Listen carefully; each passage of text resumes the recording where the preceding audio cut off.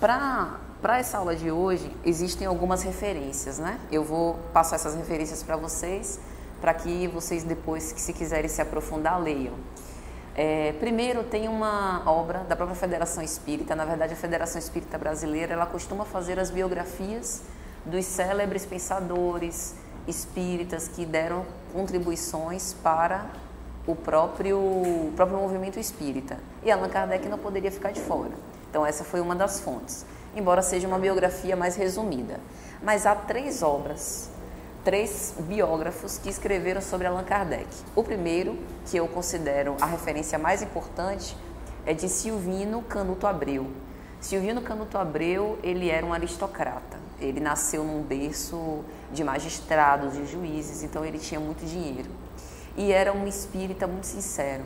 Então ele fez uma viagem à França e conseguiu comprar muitos dos originais de Allan Kardec, muitos dos seus diários, que mais tarde foram publicados alguma coisa, né, em obras póstumas. E ele teve o cuidado de compulsar todos esses escritos e escrever uma obra chamada O Livro dos Espíritos e sua tradição histórica e lendária. Então, essa para mim foi a referência mais forte para as pesquisas de hoje. Existem outros dois livros, um que é bastante famoso, que é a biografia de Allan Kardec por Henri Sousse. A Federação Espírita Brasileira, na última edição do livro O que é o Espiritismo, que foi um dos livros que Kardec escreveu, a Federação colocou essa biografia de Henri Sousse. A biografia, ela apresenta alguns fatos históricos que não foram comprovados, alguns que já foram detectados, que são alguns equívocos, algumas imprecisões. Mas a Federação Espírita teve o cuidado de manter a biografia por causa do seu valor histórico e fazer as correções uma a uma. Corrigir algumas datas, corrigir algumas coisas. Por exemplo, Henri Sousse afirma que Allan Kardec foi médico. Isso não foi comprovado.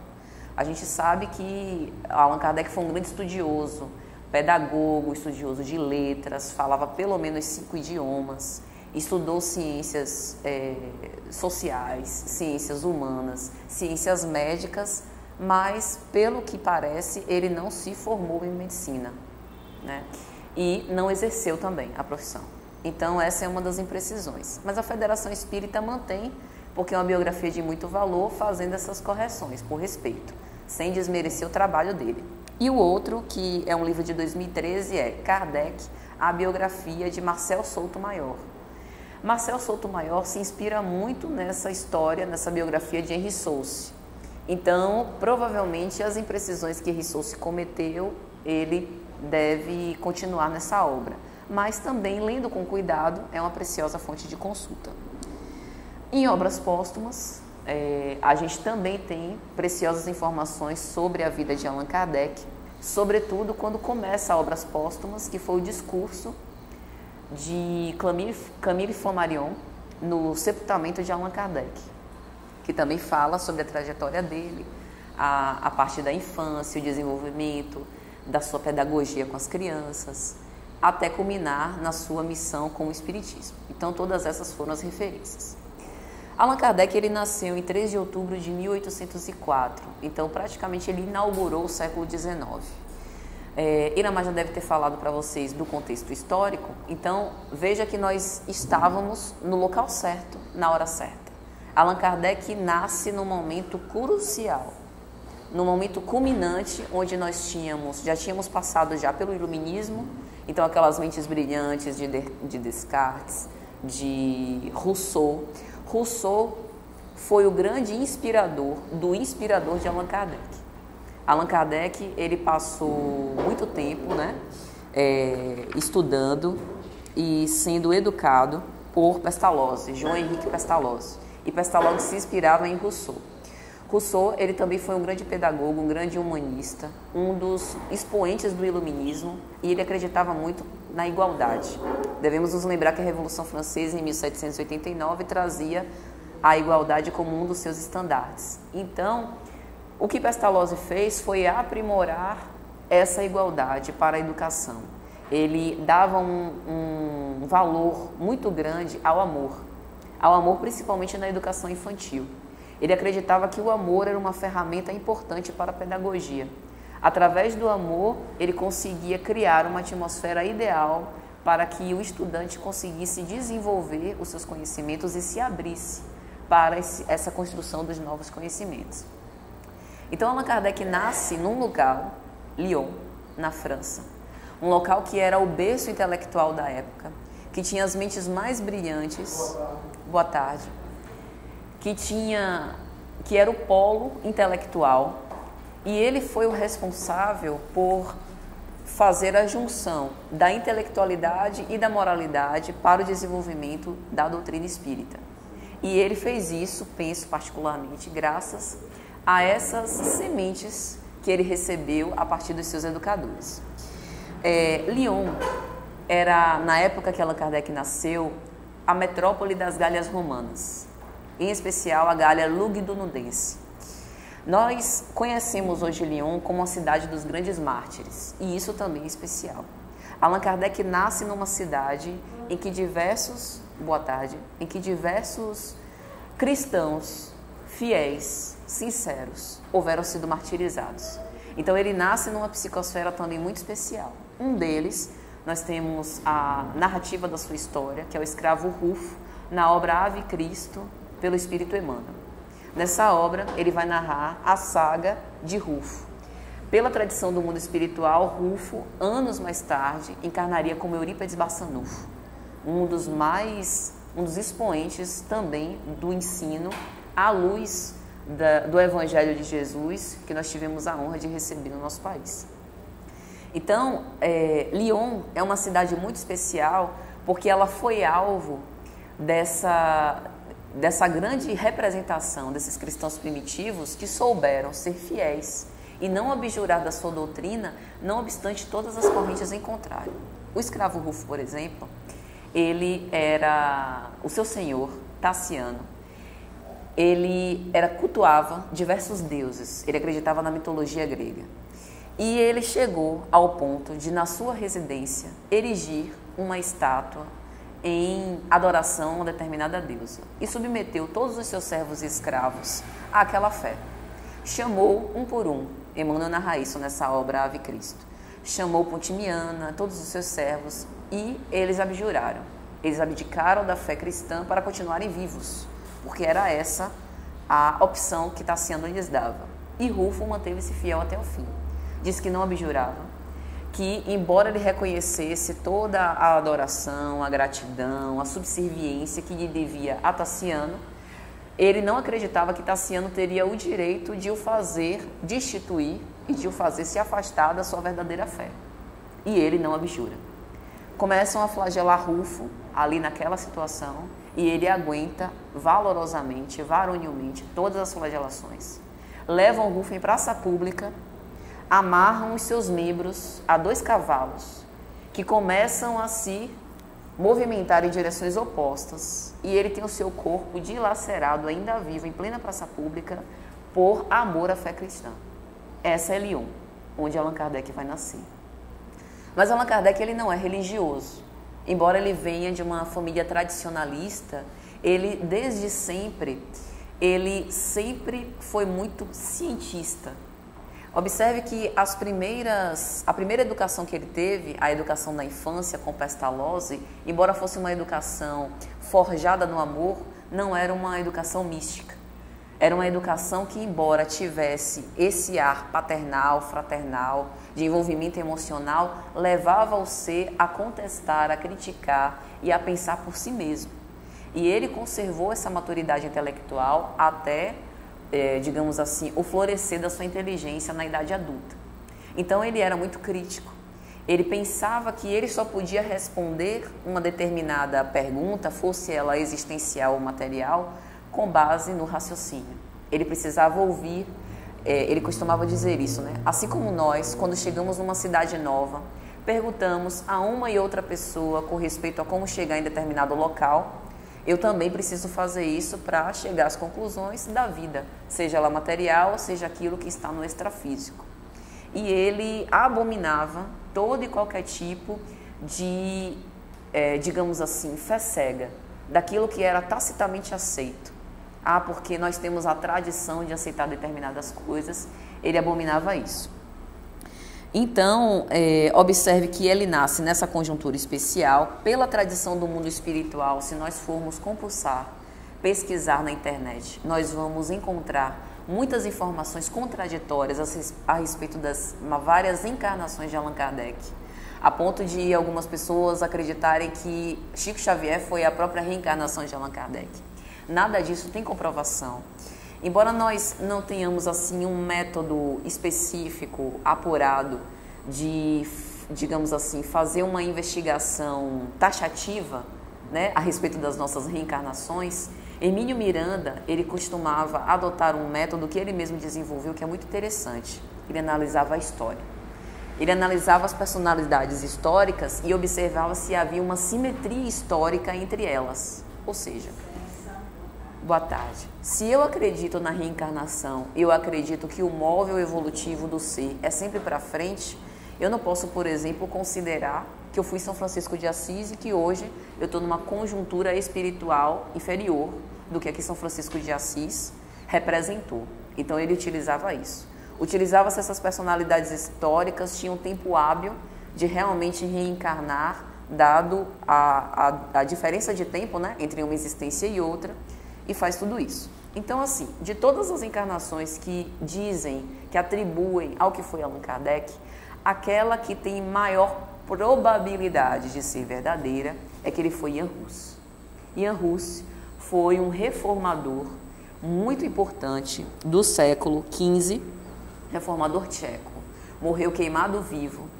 E, para vocês terem a ideia da importância de Jan Hus, o tão famoso Martinho Lutero, reformador protestante, que veio anos depois dele, mais ou menos 100 anos depois dele, bebeu em todas as conquistas que ele teve e em todas as ideias de Jan Hus. Observe que é muito parecido, tanto as características profissionais que Allan Kardec exerceu do que a de Jan Hus. Como reformador, Jan Hus era um grande estudioso, era conhecedor das leis, conhecedor das ciências, não apenas ciências sociais, ciências humanas, ciências de saúde, mas também das ciências religiosas. Era um exímio teólogo e ele tinha uma visão crítica, visão essa que ele continua mantendo na existência como Allan Kardec. Então, realmente há uma simetria em relação a essas personalidades. Ele tinha uma fé tão grande na proposta que ele teve, que ele foi queimado vivo como punição para não abjurar, não negar aqueles seus pensamentos, aquele seu raciocínio com respeito à imortalidade da alma e à vida após a morte. E no momento em que ele foi queimado, isso é interessante, ele disse algo mais ou menos assim: o nome Hus, o significado de Hus é ganso. Então ele disse, narra a tradição que ele disse assim: neste momento vocês estão queimando um ganso, atribuindo-se ao seu próprio nome, né, Jan Hus. Mas haverá um cisne que em breve encarnará na terra e que vocês não poderão queimar. E ele se referia, pelo menos é o que nós acreditamos, ao próprio Martinho Lutero, que viria anos depois. Martinho Lutero, ele também teve um papel muito importante para a reforma protestante, para hoje o nosso cristianismo, porque ele extraiu, ele tirou, é como se ele tivesse tirado dos domínios da igreja o conhecimento bíblico. Ele traduziu aquilo para diversos idiomas, popularizou a mensagem bíblica que antes era fechada dentro de monastérios, era propriedade exclusiva dos sacerdotes, e popularizou esse conhecimento para todas as pessoas. Uma das grandes conquistas de Martinho Lutero foi dizer que nós não precisamos de intermediários para alcançar a Deus, que nós podemos, nós mesmos, através da oração, das práticas do bem, chegar em contato a Deus. Nós não precisamos de um sacerdote na Igreja Católica ou em qualquer outra manifestação religiosa. Então, ele foi responsável por uma grande quebra de paradigma, numa era histórica que era conhecida por esses grandes símbolos e que acabavam nos afastando daquela noção que a gente tinha de divindade. Então, isso também é interessante. E aí, desde 1819, aproximadamente, com 15 anos, Allan Kardec começa a dar aulas. E ele, por ser discípulo fiel de Pestalozzi, acompanhava ele nessas aulas. Pestalozzi ele teve muitas dificuldades, não apenas financeiras, mas ideológicas.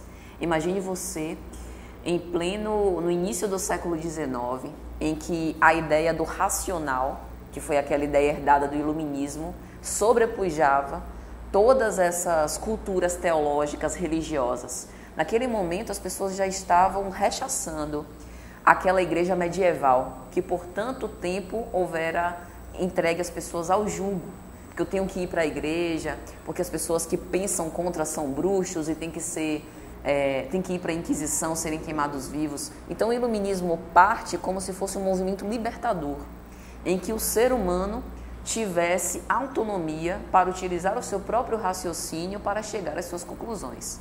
Então, na verdade, com essa grande briga, digamos assim, entre o cientificismo e a religião, houve uma cisão entre a ciência e a religião. E essa cisão acabou sendo boa, porque nós conseguimos evoluir em termos científicos, em termos materiais, né?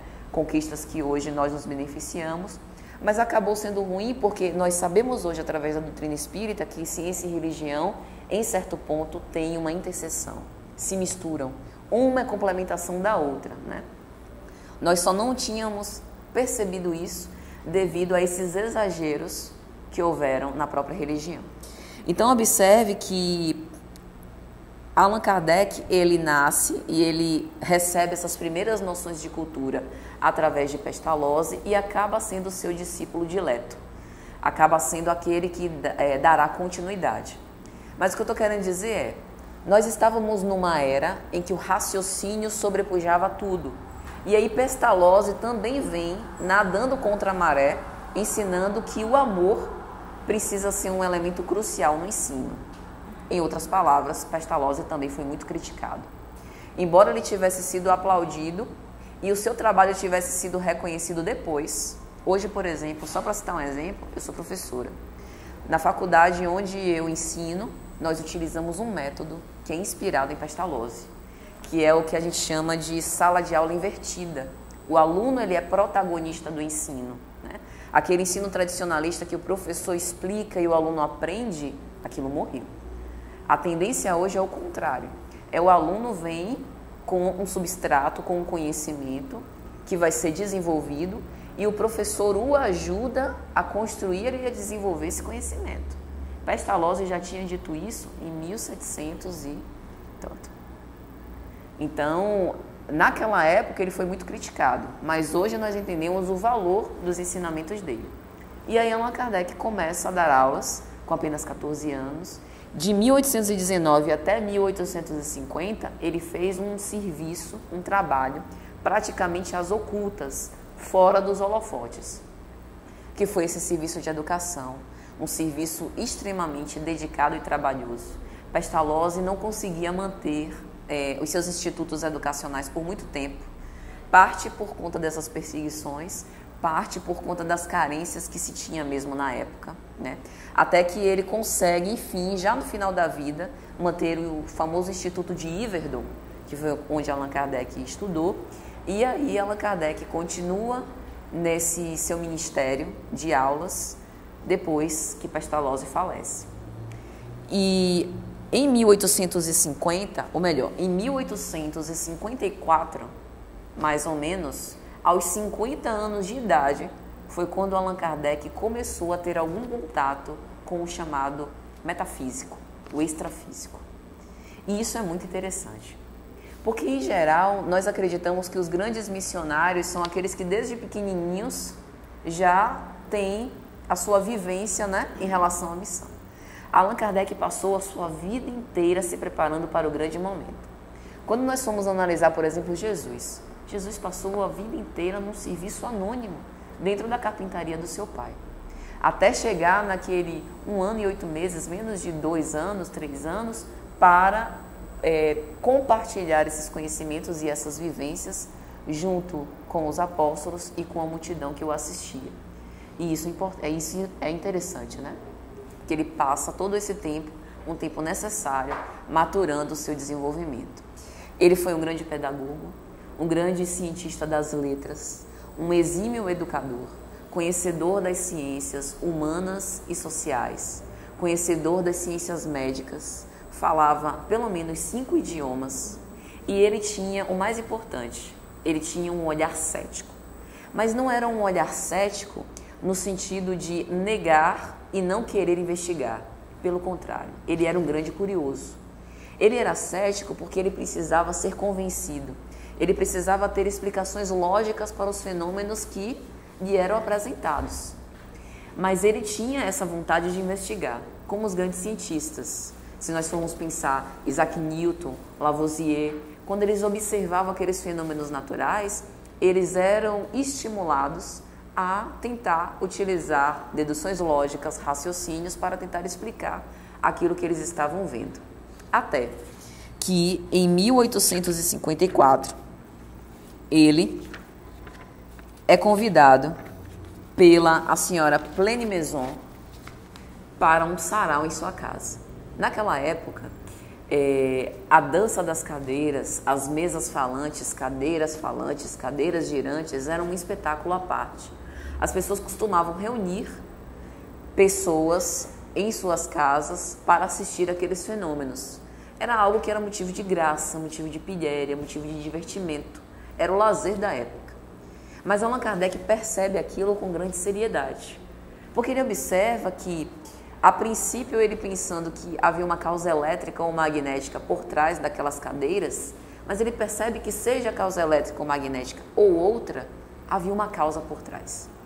Um fenômeno inteligente, cadeiras que depois de algum tempo conseguiu-se fazer uma codificação, uma pancada letra A, 2 pancadas letra B e assim por diante, e elas serem capazes de dar comunicações inteligentes, mensagens edificantes.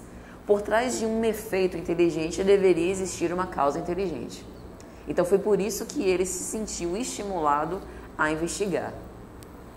Mas antes disso, vamos falar mais um pouco sobre a sua vida pessoal. Allan Kardec, ele teve diversas publicações como educador, desde educações ensinando aritmética e geometria para donas de casa, a fim de que elas pudessem passar isso com os filhos, e isso ele herdou de Pestalozzi. Ele pegou a pedagogia de Pestalozzi e desenvolveu, aprimorou. Ele acreditava que a escola tinha um papel fundamental, né, na vida e no ensino das crianças, mas ele acreditava que o ensino dentro do lar era crucial. Pestalozzi, ele costumava dizer que o tipo mais elevado de amor era o amor maternal. E com as mães, dando continuidade, passando a lição para os seus filhos, acompanhando isso, essa aderência do conhecimento se dava de uma forma muito mais eficaz. Então ele escreveu diversas obras com respeito a isso. Casou-se com uma mulher que era 9 anos mais velha do que ele, o que para ele foi muito bom, porque era uma pessoa centrada, amorosa, que soube entender a sua missão, que soube ajudá-lo, não apenas sendo uma companheira até o fim da vida, mas dando continuidade à sua missão após a sua morte. Amélie Gabrielle, ela era extremamente dedicada e faleceu. Ela ainda ficou mais de uma década dando continuidade às edições dos livros, fazendo aparições públicas, personalizando essa difusão do espiritismo mesmo após a sua morte. Então, todas essas são características da vida de Allan Kardec. Então, nós podemos dizer que, basicamente, aos seus 50, 51 anos, foi quando ele definitivamente começou com a sua missão.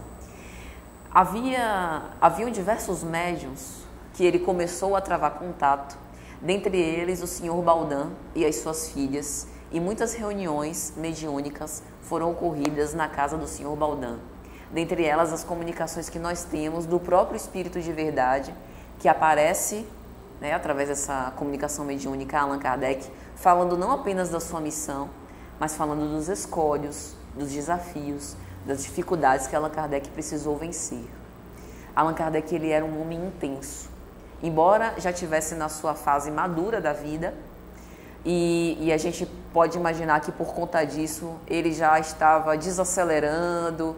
Pelo contrário, No momento em que ele começa a sua missão, ele entrega-se com tal vigor à propagação da mensagem, à comparação das comunicações entre os médiuns, à organização dos ensinos, do que ficou conhecido mais tarde como a própria codificação kardeciana, com tal intensidade, responder às comunicações que vinham com respeito à Revista Espírita, que foi lançado junto com o Livro dos Espíritos, que, por conta disso, a sua vida foi abreviada.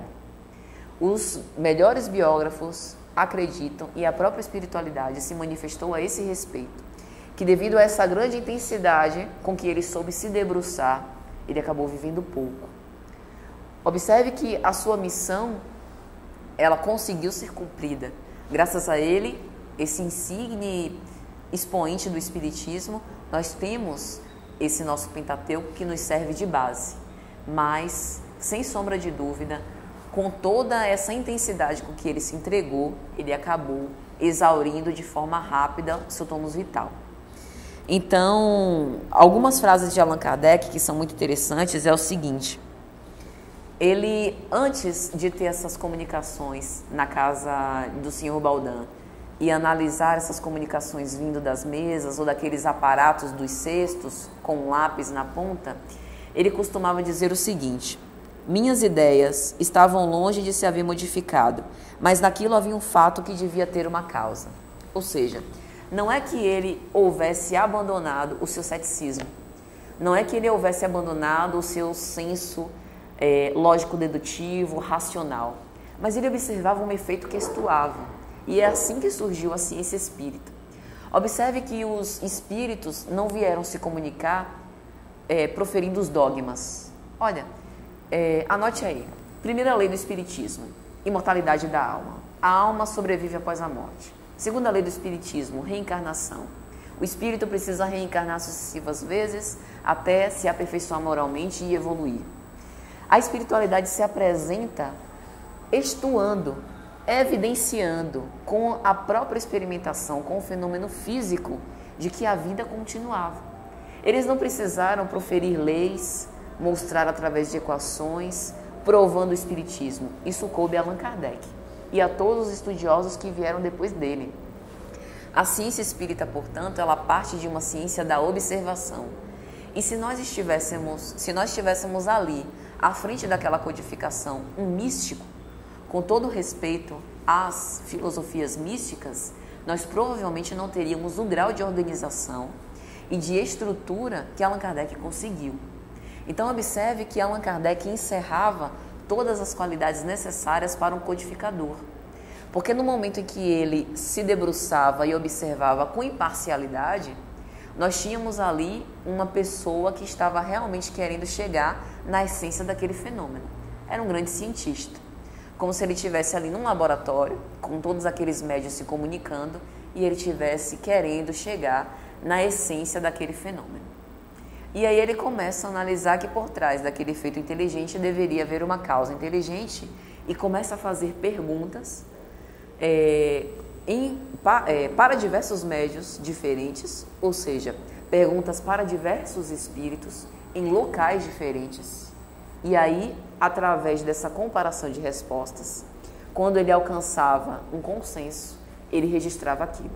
E aí ele percebeu o seguinte: ele percebeu que os espíritos não são deuses, que os espíritos não são detentores de toda a verdade. E aí ele vai dizer: eu apliquei à nova ciência o método de experimentação. Eu comparava, deduzia as consequências, não admitia como válida uma explicação, senão quando ela podia resolver todas as dificuldades da questão. No próprio Livro dos Espíritos, às vezes nós observamos isso. Temos uma questão aqui, lá na frente, num capítulo sucedente, ele volta à questão, esmiuçando, perguntando mais. E isso, boa tarde, é extremamente agregador, porque se houvesse uma tentativa de aplicar um sofisma, uma falsa verdade, provavelmente na resposta seguinte nós teríamos uma contradição. E o que ele viu durante esse trabalho foi as respostas anteriores não apenas sendo confirmadas pelas seguintes, mas mantendo a mesma linha lógica. E ele dizia mais: Reconhecer que os espíritos não são senão as almas dos homens evitou-me o grave escolho de crer na sua infalibilidade. Isso também é interessante, porque no momento em que nós estamos perante uma experiência extrafísica, nós estamos diante de um fenômeno que a gente não consegue explicar. Que as leis naturais que a gente aprende na escola, as leis físicas, químicas, biológicas, não explicam. É uma causa que foge daquilo que é físico, material que a gente conhece. Então há um grande risco aí. Há um risco da gente acreditar que a gente está diante de alguém muito evoluído, todo-poderoso, que detém poderes que nós desconhecemos. E de acreditar que tudo que essa pessoa vai dizer é a mais pura verdade. Ele manteve-se cético ainda assim, ainda com esses experimentos extrafísicos.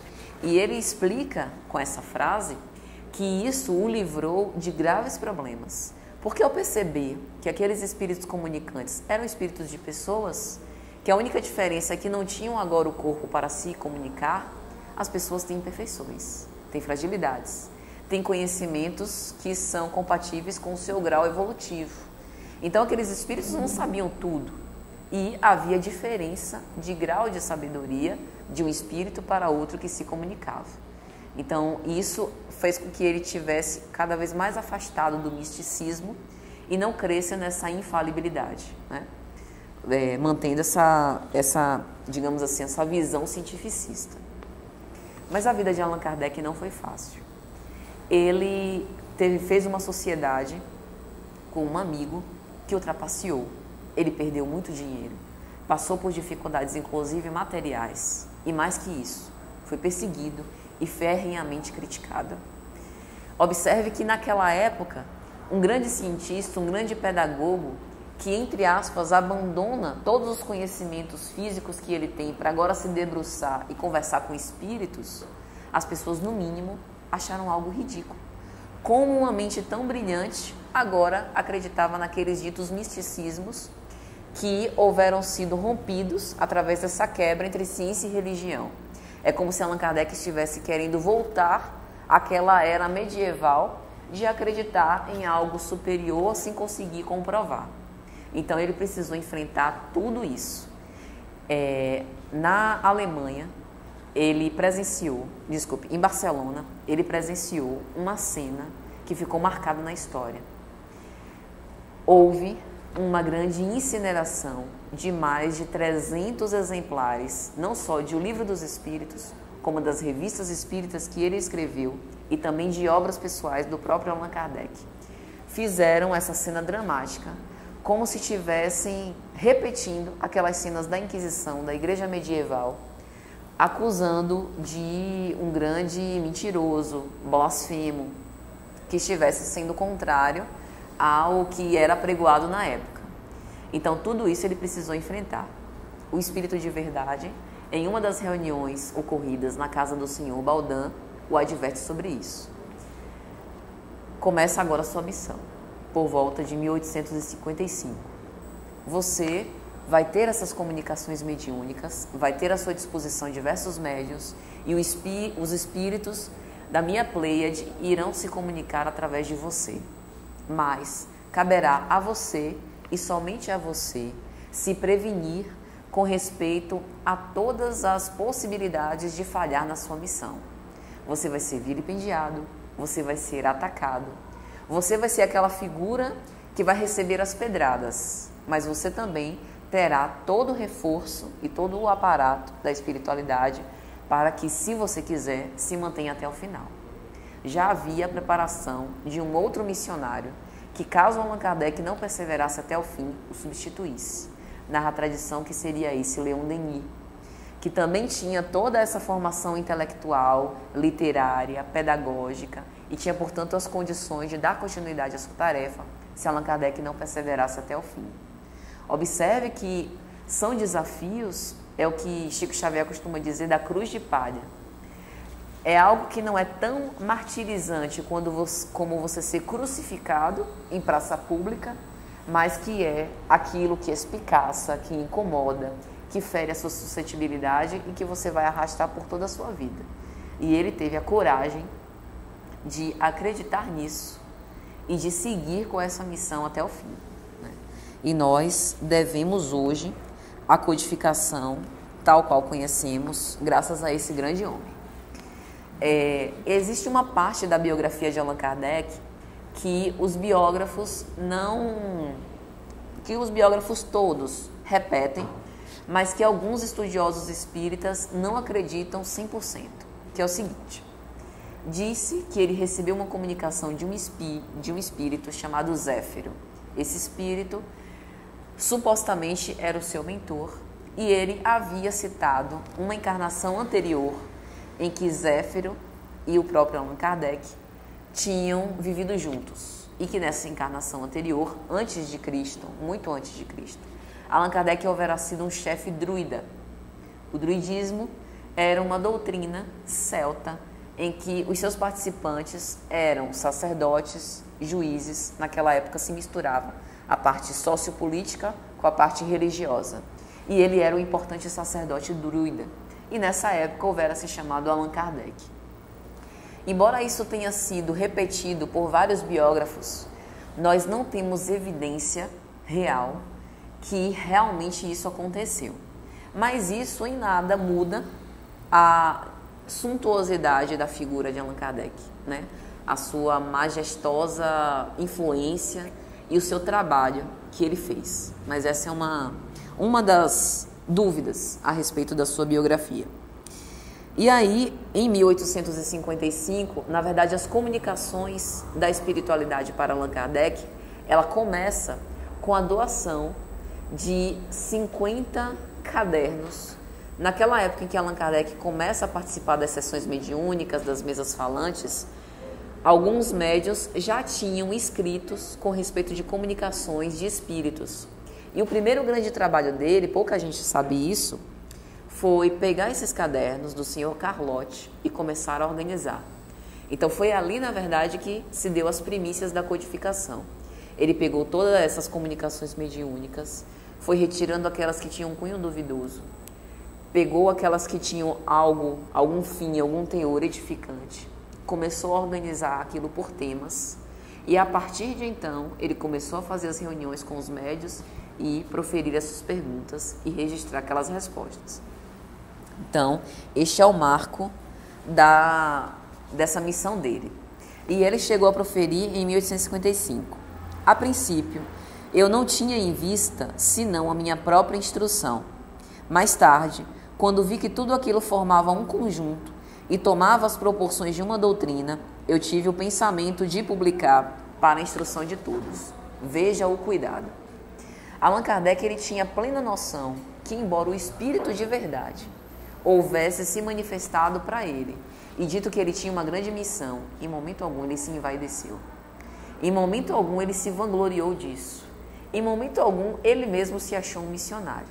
Ele sempre mantinha essa frieza, esse raciocínio para analisar.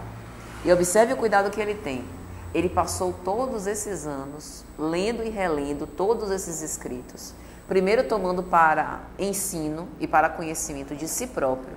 E quando ele percebeu que ali havia um ensino doutrinário que poderia beneficiar outras pessoas, ele decide publicar.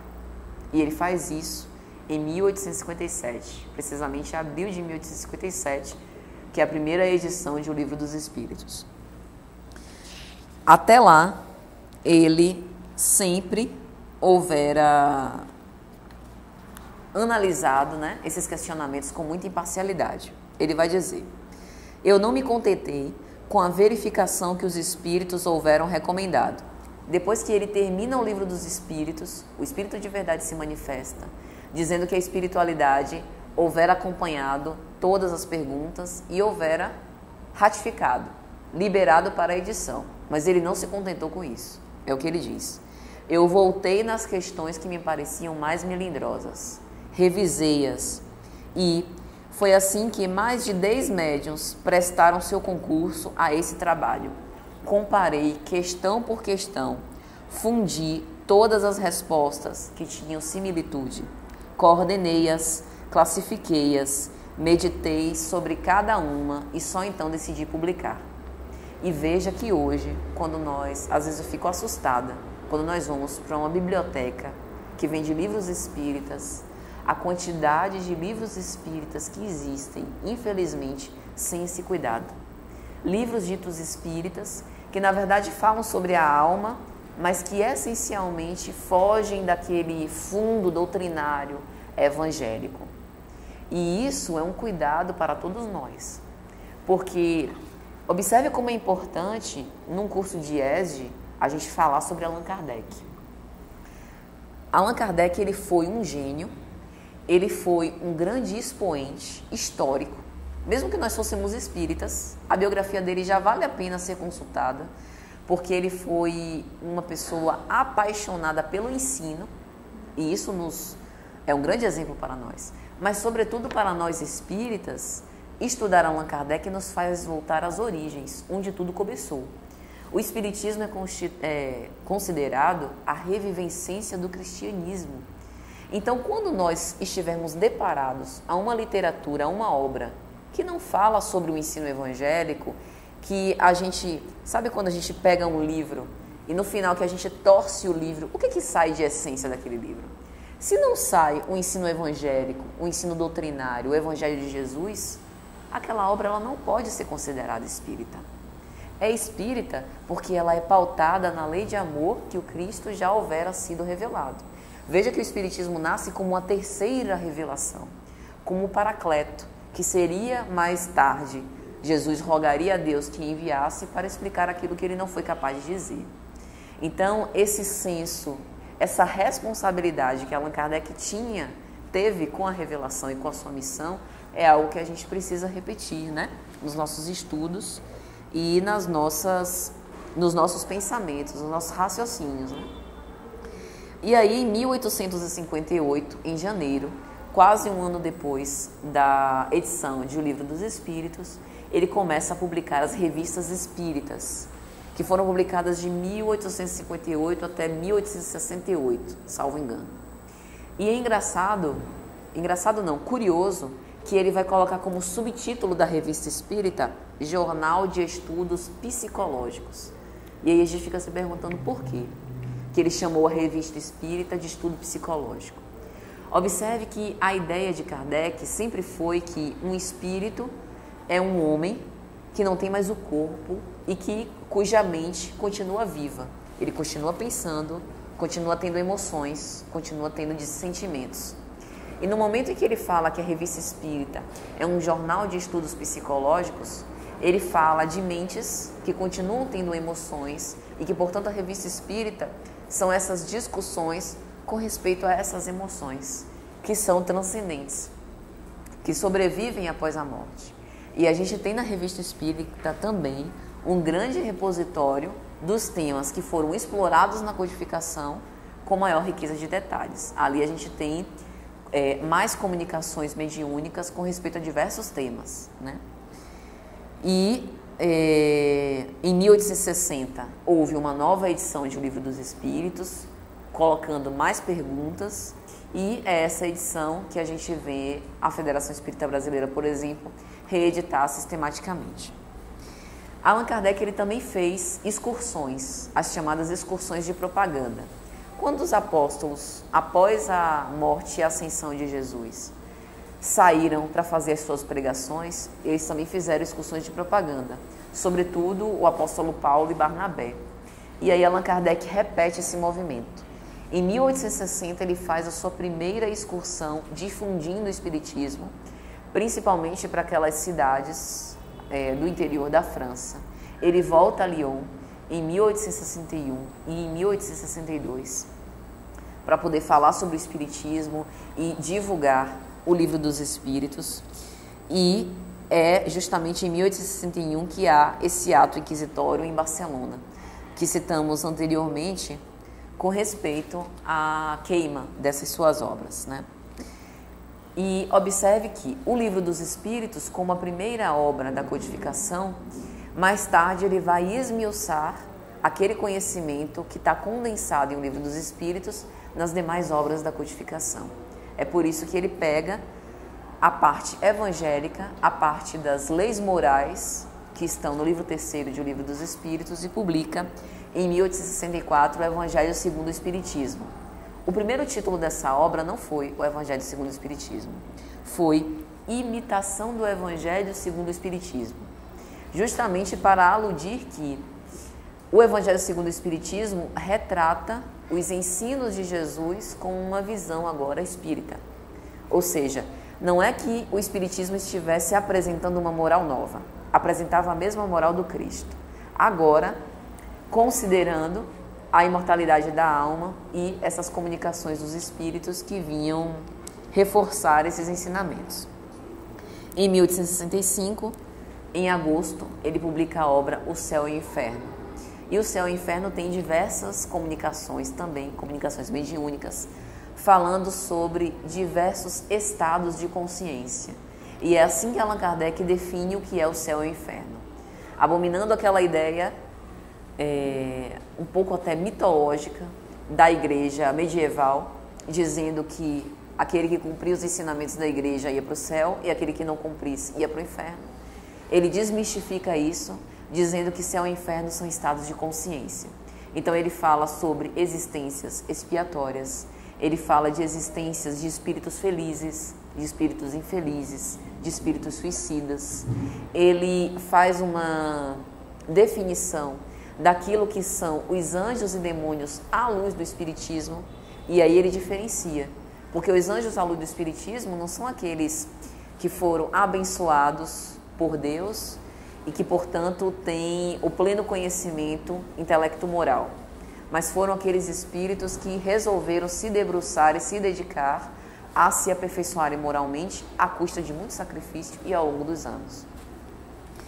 Em 1868, ele então publica a Gênese.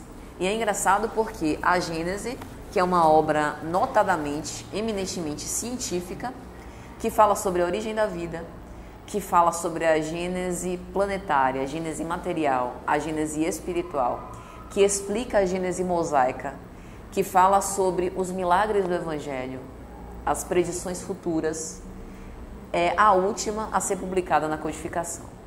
Por quê? Uma obra que explica o começo é a última a ser publicada. Pensamos particularmente que, primeiro, que a Gênese trazia muitos conhecimentos novos e todas as outras revelações dadas pelos outros livros foram importantes para que a Gênese fosse apresentada apenas no final. Ou seja, para compreender a Gênese, nós precisaríamos ter passado pela compreensão das obras que o antecederam. E, segundo, porque em a Gênese nós ainda temos conhecimentos que não conseguimos entender de tudo. Por exemplo, quando no capítulo 15, Allan Kardec fala sobre os milagres segundo o Evangelho, e aí ele começa esse capítulo falando da superioridade da natureza de Jesus.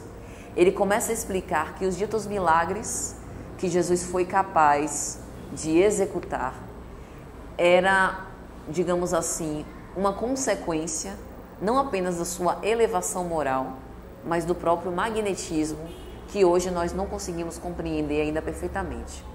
Na física, nós temos hoje conhecimento de leis, das equações de Maxwell, das leis do magnetismo que nos explicam fisicamente como o magnetismo funciona.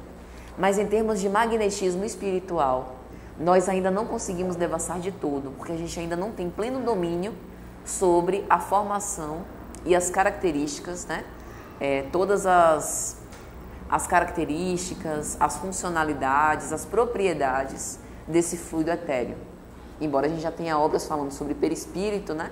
Principalmente de Zalmino Zimmermann, mas a gente ainda não tem pleno domínio sobre isso. E naquela época, 1868, falar sobre essas coisas era um tanto quanto causava dúvida, né? Causava questionamento, e ele teve essa coragem, né, de publicar essa obra. E em 31 de março de 1869, com 65 anos ainda incompletos, que ele só completaria em outubro, Allan Kardec falece, veio a óbito. Alguns biógrafos dizem que por conta de um aneurisma, outros devido a um infarto. Fato é que foi algo fulminante. E na sua comunicação, na sua morte, houve no seu enterro uma comunicação por diversos célebres espíritas e expoentes na sua época, todos enaltecendo essa figura de Allan Kardec. Observe que no momento em que nós temos esse conhecimento, né, e enaltecemos, homenageamos a figura de Allan Kardec, não é a pessoa precisamente, mas tudo o que ele representa. Allan Kardec representa a reunião de todos os conhecimentos espíritas que até então eram analisados com chacota, era motivo de pilhéria, motivo de divertimento, com extrema seriedade. Então morre o homem, mas essa ideia não morre jamais. E hoje, nós que aqui estamos reunidos estudando o Espiritismo, nós nos beneficiamos dos grandes esforços e sacrifícios que ele e outros que vieram antes de nós, que nos antecederam, fizeram, né? Então, realmente, é uma justa homenagem. Dona Mélie, esposa de Allan Kardec, falece apenas quase 15 anos depois, tendo passado por todos esses tempos, né, por todos esses anos, dando continuidade à sua obra, como disse antes, né, fazendo as suas aparições públicas, tentando continuar com as edições e publicações de O Livro dos Espíritos, respondendo às suas cartas. Allan Kardec enfrentou muitos contraditores, pessoas que escreviam para a Revista Espírita com o vã desejo apenas de contestar, e ainda hoje nós vemos isso. Nós que temos um brilhantismo muito inferior ao de Allan Kardec, que nós chegamos aos seus pés, muitas vezes enfrentamos essas pessoas que tentam desqualificar a mensagem que nós abraçamos. Mas assim como Allan Kardec também foi advertido desses escolhos, dessas dificuldades, nós também precisamos estar atentos e saber que essa é uma consequência natural. Sabemos que por muito tempo a igreja, com todo o respeito que ela nos deve, mas a igreja ela foi formada por homens. E os homens, todos nós, somos imperfeitos. Nos equivocamos, muitas vezes com o desejo de poder, deturpamos a mensagem, colocamos enxertos, adulterações, com o intuito de nos beneficiar. Então houveram muitas guerras santas, perseguindo os cristãos que realmente tinham aquele ideal. E hoje, nós que nos dizemos os novos cristãos, precisamos entender que esses espíritos que não morrem têm mágoa, têm raiva, em relação à mensagem que é perfeita, que hoje nós abraçamos. Então, por conta dessa dívida, dessas pessoas que se equivocaram, e que inclusive nós podemos estar no meio disso, porque hoje, quando nós estamos aqui obliterados pela carne, nós temos uma carne que nos tolda, que não permite que a gente devasse o que nós fomos nas existências pregressas, pelo menos por agora, né? Então, nós não sabemos se realmente nós temos culpa no cartório. Mas, no momento em que uma pessoa se diz cristã e que se diz desejosa de estudar e de viver esses ensinamentos, o sacrifício faz parte do pacote. Veja que o pacote não é só de benefícios e vantagens. Também tem o custo que tudo isso que nós herdamos, né, com relação a tudo isso. E aí, né, nessa manifestação que houve, né, na sua morte, no discurso, tem uma parte do discurso que eu achei extremamente bonita e interessante e que eu gostaria aqui de compartilhar com vocês. É o seguinte, isso daqui está em Obras Póstumas, né? Uma individualidade poderosa constituiu a obra. Era o guia e a luz de todos. Nos terá o lugar do indivíduo. Não se reunirá mais ao redor de Allan Kardec. Reunir-se-á ao redor do Espiritismo, tal como ele o constituiu. E pelos seus conselhos, sob a sua influência, avançaremos a passos certos para as frases felizes prometidas à humanidade regenerada. Observe que muitas vezes ele próprio se diminuiu, se colocando apenas como codificador, como carteiro, como Chico Xavier costumava dizer, né? Ele costumava dizer, ô meu irmão, eu aqui só sou um carteiro, que pega a carta de alguém que escreve do lado de cá e entrego para um coração sedento do lado de cá, né? Do lado de lá para o lado de cá. Observe que Allan Kardec não foi apenas o codificador do Espiritismo. Muito do que nós temos hoje na codificação espírita, nós temos a alma e o coração dele, que soube se entregar de forma abnegada ao trabalho, de forma exaustiva, indo até o fim indo até as últimas consequências da sua própria vida, do seu próprio tônus vital. E graças a essa mente preparada para essa grande missão, nós temos essa obra. Então é lógico que nós não vamos, de forma apaixonada, partir para o endeusamento, mas precisamos prestar as justas homenagens. Então, minha gente, é isso. Eu abro agora para as nossas considerações. Observe assim, por exemplo, quando a gente vai analisar a ciência, né?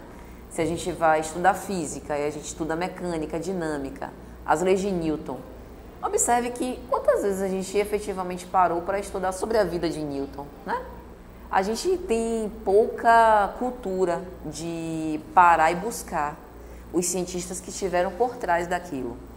Mas veja a importância de estudar a biografia de quem esteve por trás da doutrina espírita. Nós conhecendo a vida de Allan Kardec, em certo ponto nós damos inclusive mais valor à mensagem que ele soube organizar e codificar. No momento em que a gente percebe que Allan Kardec não foi um homem achado no meio da rua ao acaso, vem cá, você que não está fazendo nada, vamos fazer uma codificação. No momento que a gente vê que ele passou 50 anos da vida dele se preparando para esse grande momento, cresce aos nossos olhos a obra que já é perfeita, né?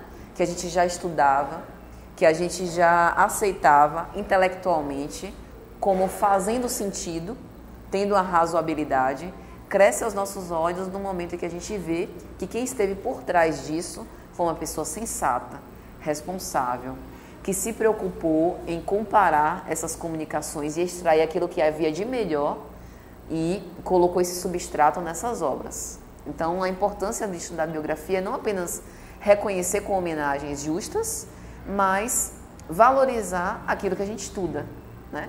Que realmente foi uma pessoa que se dedicou e estudou para isso. Ele foi uma coisa grandiosa. É interessante você falar dessa abnegação, porque ele foi casado, mas ele não teve filhos.